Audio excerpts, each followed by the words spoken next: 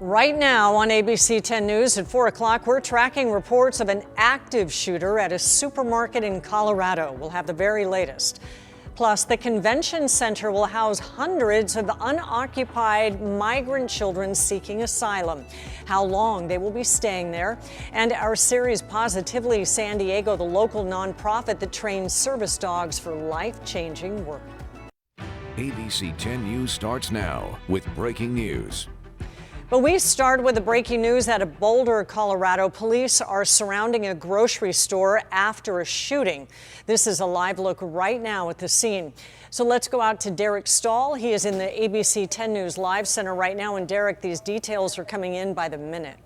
Yeah, Kim, police continue to treat this as an active shooter situation at the King Soopers grocery store in Boulder. They're asking people not to reveal tactical information on social media of the position of SWAT officers and others.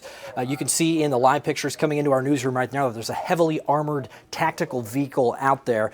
Let's take a live look. No word yet on the number of victims in this incident, but we have seen multiple medical helicopters land at the scene, and a local hospital confirmed they've had at least one victim brought to their emergency room. A bystander in this shooting live streamed video of all this unfolding, and it showed multiple victims down on the ground. So we're still waiting for more information from police there. Now, the first 911 call came in around 2:30 this afternoon. One witness said he was in line for a COVID-19 vaccine at the pharmacy there when a gunman shot someone nearby, and the chaos ensued. Now, I want to come back in the live center just about 30 minutes, or I should say about an hour ago. We saw video from a helicopter of this. It was police leading a man away in handcuffs. You can see the man is shirtless and appears to be bleeding from his right leg. We do not yet know exactly how this man fits into all this, but he was placed on a stretcher and taken away. More details coming soon. For now, live in the newsroom, I'm Derek Stahl, ABC 10 News. All right, we will come back to you with more details later. Thank you, Derek. And you can keep track of the developing story with our ABC 10 News mobile app. We will send out breaking alerts right to your phone throughout the evening. The convention center will soon serve as a temporary shelter to hundreds of unaccompanied minors seeking asylum. ABC 10 News reporter John Horn is live outside the center right now, which is currently home to hundreds of homeless amid the COVID pandemic. John? Hi, Kimberly. Yes, the 550 or so homeless individuals living inside the convention center are expected to be moved out by the end of the week. That would make room for the center to serve as a temporary home to unaccompanied minors seeking asylum. Now, the federal government has reported a surge of migrant children coming up from Central America. According to ABC News, more than 15,000 unaccompanied children are in federal custody, many of them being held in crowded border facilities. Details are still coming in, but plans are for the children to stay for 30 to 35 days before being reunited with their families or placed with a sponsor. County Supervisor Board Chair Nathan Fletcher told me he got the first call on this from Federal Health and Human Services only on Saturday. This is a humanitarian situation. These are children who have a legal status and legal claim to be here. And I think it's the right thing for us to assist in supporting the federal effort. And Fletcher says it's basically unclear about how many minors would be living in the facility. Details still very slim, including whether they would be coming from here or from Texas. All those things still to be determined. At 5 o'clock, though, we do have some details about what life will be like for the children that will be living in the convention center.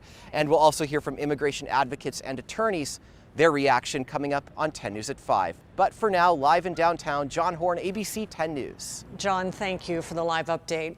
And a man is now in custody after police say he walked in and out of traffic and onto the train tracks in the Midway district. This started around 11:30 this morning. Police say they got reports of a pedestrian wandering onto Pacific Highway. They say the man also had a knife and may have been suicidal.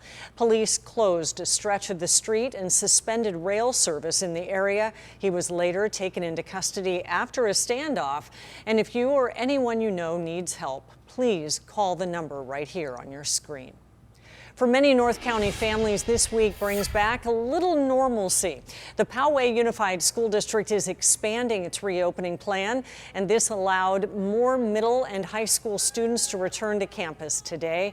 ABC 10 News reporter Marie Cornell shows how many were welcomed back. This week, the Poway Unified School District moves into the next phase in their reopening plan, allowing their middle and high school students to be on campus 2 days a week. Morning, how you doing? And the students were welcomed back in true back-to-school fashion. Cheerleaders and dance team, and even the Del Norte High Nighthawk. This week will be the closest students and staff have come to a normal week since the pandemic shut everything down last March. Last week, the students were brought back to campus in groups and only for 1 day. They returned to a lot of changes, including added COVID-19 safety precautions like temperature checks, plexiglass dividers in the classrooms, and mask requirements. I thought I was going to come in and it was going to be really jarring to kind of see all of it, but I think I was just so relieved to be back that it didn't really even matter. From now on, they'll be on campus twice a week, a transition parents feel is needed. Although they're looking forward to come back, I don't think they're ready to immediately go back to school 5 days a week, for example. So I think it's perfect to have this slow transition. As for what the school schedule will look like for the rest of the school year or the fall, district officials say that hasn't been determined just yet. My hope is that numbers will continue to trend the way that they are, and that hopefully as we continue to move forward, we'll be able to potentially open up more and bring more students back throughout the week. Marie Cornell, ABC 10 News.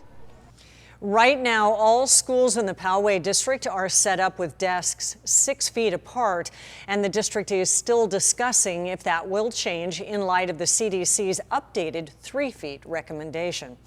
Meantime, a new vaccination site will open at Viejas Arena on San Diego State's campus tomorrow. This comes after a partnership between the university and San Diego County. County leaders say it will allow more San Diegans to be vaccinated, especially as the Petco Park site closed over the weekend. Beginning it now, it will showcase the care, compassion, and commitment we have for protecting our neighbors. County officials expect up to 700 vaccines to be administered every day in the first week of operation. A spokesperson for Supervisor Nathan Fletcher says a partnership with Project SAVE will help reach underserved populations. And the site will be open Tuesdays through Saturday from 9:30 to 3:30. Appointments are required. If you qualify for a stimulus check but still haven't received it, patience is the key. The IRS says the next batch of payments will be issued this week. Many will arrive by mail on a paper check or prepaid debit card. Those who are receiving the payment via direct deposit may see the money in their account before Wednesday. New information out today involving the AstraZeneca vaccine. The company announced that its COVID-19 vaccine provided strong protection against the virus and eliminated the chance of users ending up in the hospital. It also eliminated death from coronavirus in all age groups. Even if you have that 1 in 10 or 1 in 20 patient that still managed to get an infection despite being vaccinated, the likelihood is that they're going to make it through that just fine. Researchers determined the efficacy rate of the AstraZeneca vaccine is 79%, which is higher than what was originally estimated. But because there is still a chance for infection, doctors emphasize it's important to continue to wear masks.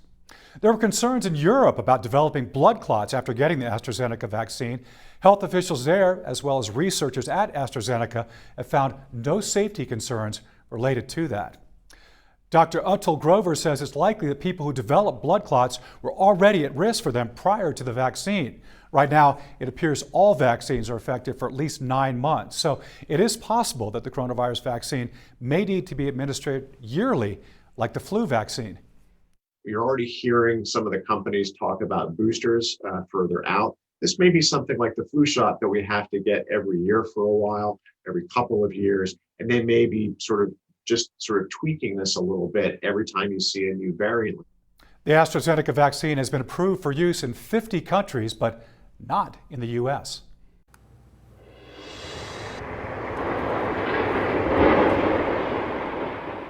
Out with a boom, the last piece of the decades-old stadium in Mission Valley was demolished this morning. but it paves the way for the construction of the future home of Aztecs football. We're told much of the leftover concrete and asphalt will be reused in construction of the new site. The new stadium is set to be complete by fall of next year. Truly the end of an era. A community in mourning coming up the service at USD for a student killed in a head-on crash.